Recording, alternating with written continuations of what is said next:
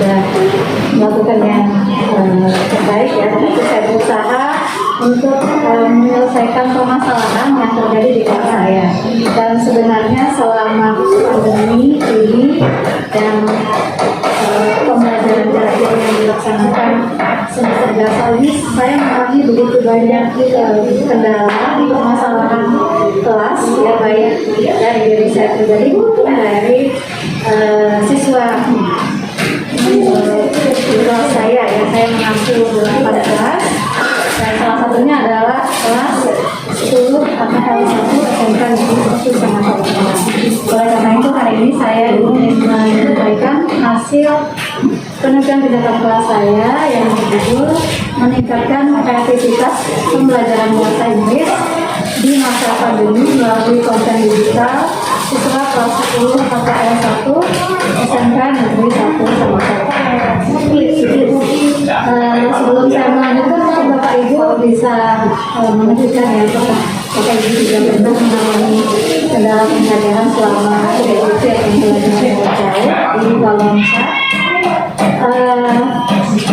Di sini apa yang akan belakangi saya mengangkat penelitian kelas ini? Yang pertama, saya mengamati setelah 3 bulan pembelajaran di bawah semester besar ini ya melalui daring, ternyata kreativitas siswa saya masih rendah. Mereka belum mengakses atau memanfaatkan teknologi yang ada ini dengan baik, masih terbatas gitu ya, sehingga ketukasan belajar dari tugas-tugas yang saya lakukan itu untuk kelas 10 APL 1 itu hanya 37% di 3 bulan pertama. Kemudian yang kedua, saya juga mengamati, merefleksi diri gitu ya, ternyata pengelolaan learning management system yang saya lakukan itu masih rendah. Selama ini, selama PJJ saya menggunakan Google Classroom, hanya Google Classroom saja. Jadi di sana saya memberikan daftar hadir berupa Google Form, kemudian memberikan materi yang saya comot dari YouTube biasanya ya. Setelah itu ada latihan quizzes dan juga kemudian membuat video. Nah, ternyata memang masih kurang gitu ya cara saya mengelola pembelajaran jarak jauh. Kemudian yang ketiga, bisa jadi juga ini dipengaruhi oleh gaya belajar siswa saya yang pastinya beragam ya Bapak Ibu ya. Sementara media pembelajaran yang saya gunakan itu ternyata masih sama sini begitu ya, belum mengakomodir perbedaan gaya belajar siswa saya. Untuk rumusan masalah PTK itu sendiri, saya mengangkat masalah apakah konten digital dapat meningkatkan kreativitas pembelajaran bahasa Inggris siswa kelas 10 AKL 1 SMK Negeri 1 Sangat Utara pada masa pandemi ini. Bapak Ibu barangkali juga sudah menggunakan banyak konten digital ya, dan boleh berbagi di kolom chat juga apa konten digital yang pernah Bapak Ibu gunakan selama PJJ semester ganjil kemarin. Apakah secara daring, luring, atau kombinasi? Silakan ketikkan di kolom chat. Nah ini dia tujuan PTK saya. Assalamualaikum Pak Yadi, terima kasih sudah bergabung langsung di ruangan Kepala Sekolah SMK Negeri 1 Sangat Utara, Pak Sipul Studi. Terima kasih. Saya lanjutkan ya Pak ya. Untuk tujuan PTK mengetahui penerapan konten digital terhadap kreativitas pembelajaran bahasa Inggris siswa kelas 10 AKL 1 SMK Negeri 1 Sangat Utara pada masa pandemi. Manfaat PTK sendiri sebenarnya saya mengambilnya ada 3 ya, dari baik dari guru, siswa maupun sekolah. Makanya ketika saya melaksanakan PTK, saya berharap saya sendiri menjadi lebih bisa kreatif, begitu ya, bisa inovatif, tidak hanya sekedar comot-comot materi dari YouTube begitu ya, tapi bisa menghasilkan materi sendiri yang lebih baik. Kemudian yang kedua adalah siswa juga didorong untuk menjadi lebih kreatif dan juga bisa berkolaborasi dalam kegiatan pembelajaran, walaupun mungkin pandemi tapi bisa kolaborasi minimal 2-3 orang gitu ya. Dan yang terakhir adalah manfaat PTK itu sendiri. Semoga harapannya adalah sekolah memiliki sumber daya manusia yang berkualitas, lebih meningkat, lebih baik dari sebelumnya. Seperti tadi yang disampaikan Pak Ryan ya, mungkin bagus kalau misalnya sekolah ini setiap sebulan sekali ada teman-teman yang lain juga melakukan diseminasi hasil kegiatan, baik itu untuk pelatihan atau penelitian anggota kelompok ya. Terus ketika tugasnya dikirimkan, ada juga yang masih terkunci gitu ya akses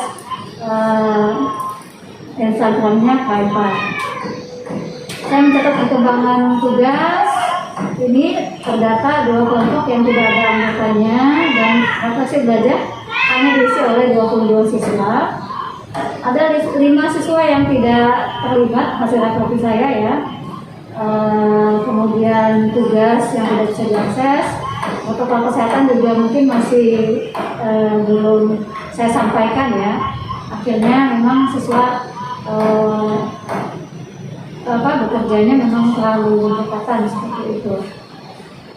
Tapi di sini bagus hasilnya untuk 86 siswa yang terlibat dalam proyek ini, rata-rata kelasnya 80% nilainya ya. Dan saya mencoba untuk memperbaiki lagi FTP, materi, sumber dan media pembelajaran. Di sini saya hanya melaksanakan 2 siklus. Setiap siklus terdiri dari 2 kali pertemuan. Dan siklus kedua hampir mirip dengan siklus pertama, hanya saja FTP-nya lebih detail. Kemudian referensi dari YouTube itu saya sunting menggunakan Camtasia 2019. Saya berikan subtitle, kemudian saya diskusikan dengan siswa di tindakan pelaksanaan kegiatan pembelajaran ya. Program penilaian juga saya buat lebih terperinci, jadi sebelumnya hanya 8 kriteria, ketika di siklus kedua saya membuat 10 kriteria. Dan di tindakan saya juga mendiskusikan referensi video, menanyakan apakah ada permasalahan atau kesulitan atau tanggapan dari siswa terkait dengan video pembelajaran yang sudah diedit. Jadi terus terang untuk video sendiri saya juga tidak membuatnya sendiri, tapi saya sunting, saya edit. Kemudian saya memberikan Google Slide ya untuk materi di Google Classroom. Ketika saya melakukan pengamatan, mengecek tugas siswa, tugas kelompok ya, saya mengingatkan agar tugas tidak dihapus karena ada kejadian di kelas lain yang saya terlambat mengecek begitu ya, ternyata sudah dihapus sebelum nilai. Akhirnya saya minta kirim lagi.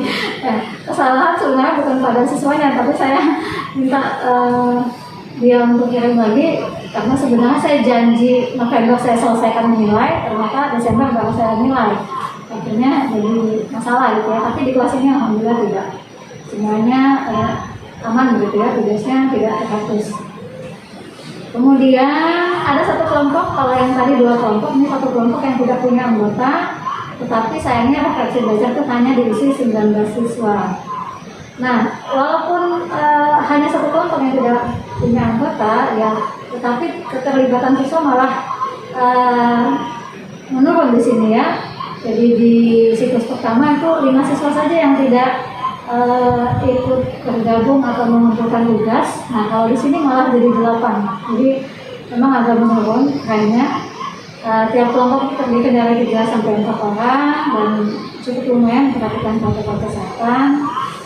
Dari yang tadi rata-rata kelasnya 80% ya, kemudian keterlibatannya 86 menurun menjadi 78% yang terlibat siswanya dalam penyelesaian proyek video, dan rata-rata kelasnya hanya 74%. Ini dia ya untuk perbandingan siklus 1 dan siklus 2. Jadi refleksi yang saya lakukan adalah ini ya, bisa dilihat perencanaan yang belum optimal, kemudian walaupun rencananya optimal, ternyata juga ada siswa-siswa yang ketika pelaksanaan belum terlibat, dan waktu pengamatan juga mungkin saya kurang komunikatif ya dengan siswa, akhirnya memang tidak selesai gitu ya. Ada siswa yang saya hubungi, beliau mengatakan ya Bu, siap Bu. Nah tapi saya ternyata sampai sekarang, sampai hari ini, sampai bagi rapat ini tidak tumbuh bekerja. Ya mungkin Bapak Ibu juga punya kendala seperti itu ya. Jadi silahkan mungkin ya di kolom chat itu dituliskan apa kira-kira ya kendala yang Bapak Ibu hadapi, yang bisa jadi kita jadi berbagi dan saya bisa belajar dari pengalaman Bapak Ibu juga ya. Nah itu dia, ini hasil kerjanya, maaf saya tutup namanya ya. Nilainya rata-rata tinggi karena memang saya buat skornya itu tinggi Bapak Ibu. Jadi saya memang mengambil skor minimal itu 70. Kalau dia sudah hadir di kelas itu harus saya anggap 70 sudah nilainya ya. Jadi begitu mengerjakan tugas maka naik menjadi bisa jadi 100 ya. Paling tinggi itu ada yang dapat 100 ya, tapi satu orang, yang lainnya itu ada 90, 80 ya. Jadi saya sengaja membuat standar seperti itu supaya mereka bersemangat begitu ya untuk mengerjakan tugas atau minimal ngeklik daftar absen, begitu saya bagikan di Telegram ya. Begitulah ya. Absen 50%. Ini di Telegram, Bapak Ibu bisa lihat di webinarnya ya. Ini contoh di Telegram, kemudian ini contoh pembahasan latihan praktek materi yang saya bagikan di Telegram. Sebenarnya saya juga bagikan di Google Classroom nih contohnya ini. Ini materi dan bisa latihan yang saya bagikan per individu, jadi mereka bisa mengedit Google Slide, Google dokumen yang saya bagikan. Kemudian ini Google Slide materi announcement yang juga saya sampaikan lewat Telegram secara langsung. Kalau ini mereka bisa kerjakannya secara tidak langsung, ketika ada waktu bisa ya. Ini contoh karena video yang saya coba sunting, saya kasih subtitle saja sebenarnya.